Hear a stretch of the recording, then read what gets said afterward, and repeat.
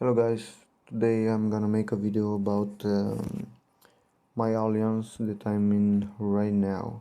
It's not mine, but I can provide you some useful tips and how the technology works, the buildings, and also the institute. For the first thing I wanted to tell, it's as you see we have level 11, and the battle power is okay. It's not for 84, 83 people. Sorry, it's okay. Really, we are in the middle world to say like that, like 50, 60. The world. I want to say which one is. And let's take a look at ranking. So as you see, battle power, we are top one in our world. Also the second alliance is it's managed by us. The third, fourth, fifth, and all way down until 11 without 11, and all the rest is ours. So we have academies, and we do everything to help our world to make the world stronger. And on territory ranking, if you look, we managed to reach the maximum the territory area that the game allows us. How we do that? We did it by let me swipe back, by completing technology. Others, we have plant flags, so we have reached the maximum level of level 20, and we could plant 160 flags more than we from the beginning. In the beginning was 40 flags. After you make your city hall, and now we have 200 flags, so that's it's awesome. And buildings, they are the same. They're the fort and the institute. And want to go to benefit buildings. As you know, you or not, you can maximum 20 benefit buildings. Why is that? The game allows you to have 5 mechanic shops, 5 labs, 5 military area, and 5 war factory. All of those has the same percentage. For example, one war factory can have 5% increase HP, and the other one too. No, or all are the same. So that being said, as you look up, you can see how much percentage you have in total from those benefit buildings, and these buffs are permanently active. So we have monster attack speed 20%, Mars speed 10%, recruitment speed 10%, increase resources output 20%, healing speed 20%, increase HP, attack boost, gather speed and defense boost 10% each. And that is awesome if you can fight your way out with the other alliances to have 20 benefit buildings. If not, you have to struggle more to work harder. And as you see, we have 93 mines. I checked all other worlds in the Age of Z. Nobody did that performance of 93 elite mines. So we are at max. We cannot increase the number of mines, we cannot increase the number of benefit buildings, we cannot increase the territory area, and also what we can do more for our alliance and our members is technology, and technology is very important. Producing, if you want to focus of that, it's the producing is more important for an farm alliance where you put your second or third city, or yeah, fifth, to just to gather resources that will help you if you research producing by donating here. If not, if it's a normal alliance, a battle alliance, you have to focus on your war. The war will be on oil, minerals, and steel. Yeah, got it. So basically, we are busy with melee defense. I see it's just started a bit. Let me see which one is first.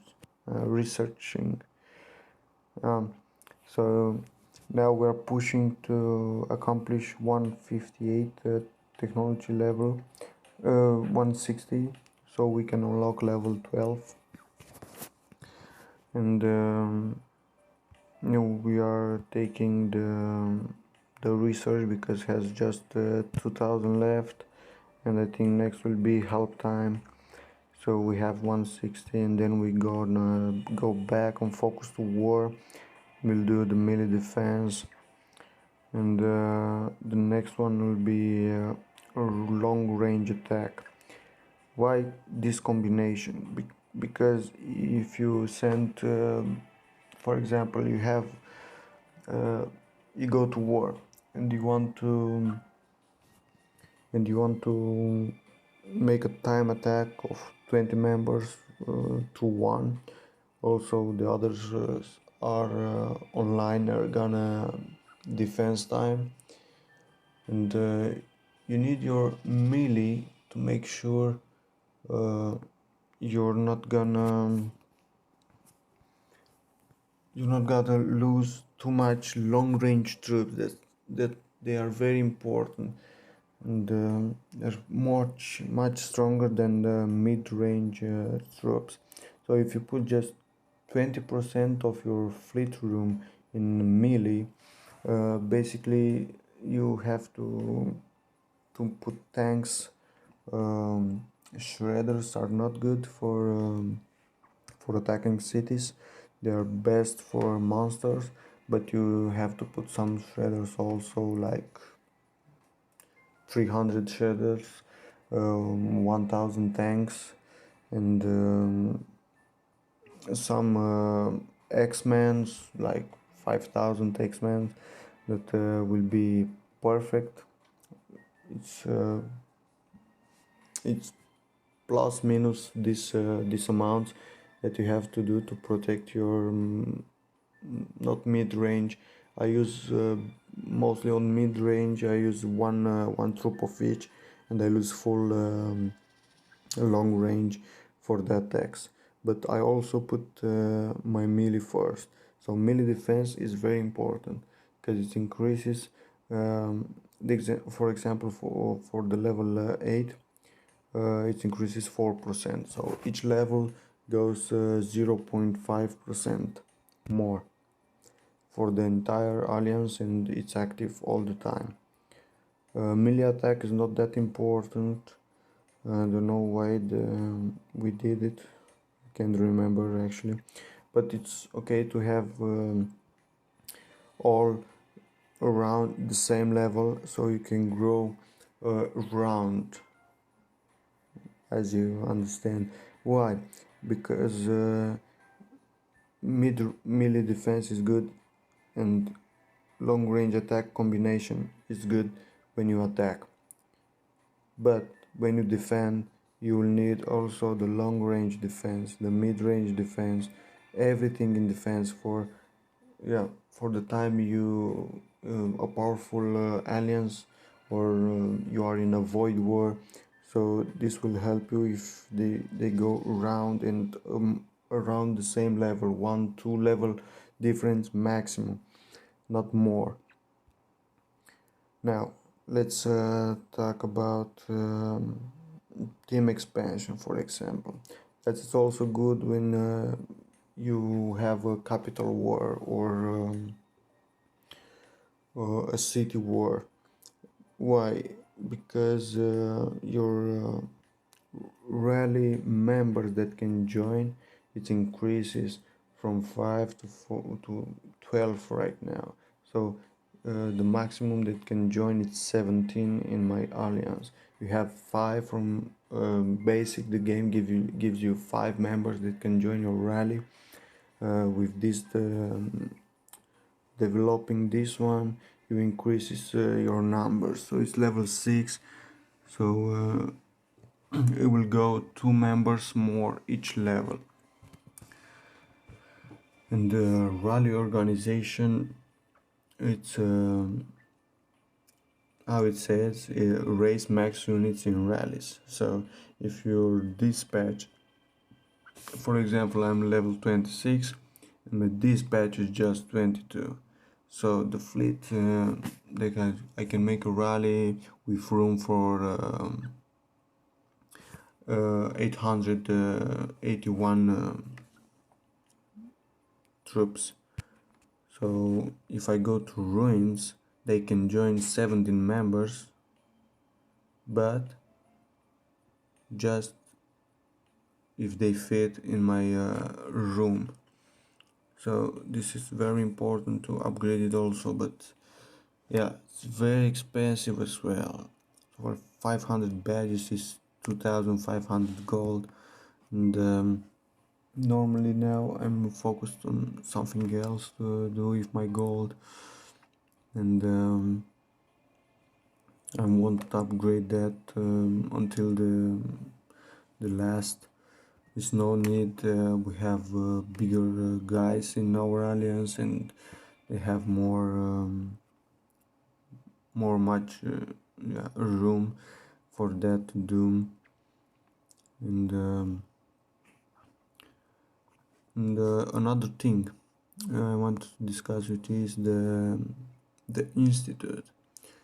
Basically, you can see all the alliance points that you have, and what each of these do.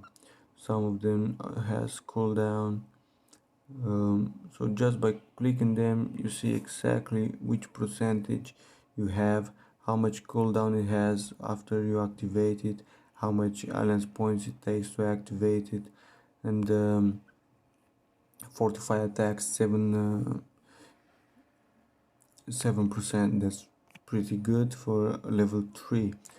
Yeah, of course this takes a lot of time to develop. We did this one because during the elite wars we use a lot of speed ups, and when we run off speed ups, we have to do something, so we activate this one also. This one I think we activated one time, but was just for a short time. In this alliance cannon is it's a pity that teleport just one castle. That's not nice. And with each level increase, the cooldown decrease, so no need to do that. Defense 7%, that's good also in elite wars. Emergency rooms, that is good. During a war you activate emergency rooms, and in time of 2 hours 30 will save some amounts of your losses, not the wounded but the killed troops. Say some amount, but the game doesn't say how much percentage. That's it's a pity. They have to review that, and maybe in the future they will write that down. Alliance Gather, we use it almost every 2 weeks when it's commander event and it's a gathering event. Mine reset also in that time. 45 HP, we use it in Elite Wars, mostly in national recruitment, also in commander event. Alliance Blitz, Fleet Speed. Uh, yeah, we don't really need this one. It's increased fleet speed by 6%. Uh, yeah, maybe after we are to say level 5 of each, that will be the last. Or the cannon, because it's not very important. It is it's a waste of alliance points. As you see, our alliance has a lot of alliance points, and I just tell why. Because we never use the shop just when we needed some boost for Elite Wars and we don't have our own.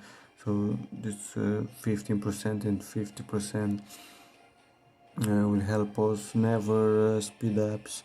Um, Sometimes when somebody has a problem, we give them elite teleports, or if you are short 100 VIP points, we can do that also, but we saved our points for flags, but now our flags is full, and we will gonna use it for the institute buffs to activate those. It's pretty costly to activate one of these. So yeah, for shield all 50 minutes. So it's level 3 and you shield for 50 minutes. That's crappy time, and you have to wait 9 freaking days to activate it alone. It takes 24,000 points. That's not the numbers I will hope to find in this game. And, I wanted to show you something. Let me, if I find it. Think here. Yes, for a maximum territory, as in Air 4, because I'm a deputy here, you get 825 600k daily, so that's a good amount. I assume that the Air 5 will take like 100 more. I think, I don't know, I'll have to ask. So this was the video for today. Just some tips what the Alliance does, and how to manage it. And I will see you next week. Bye.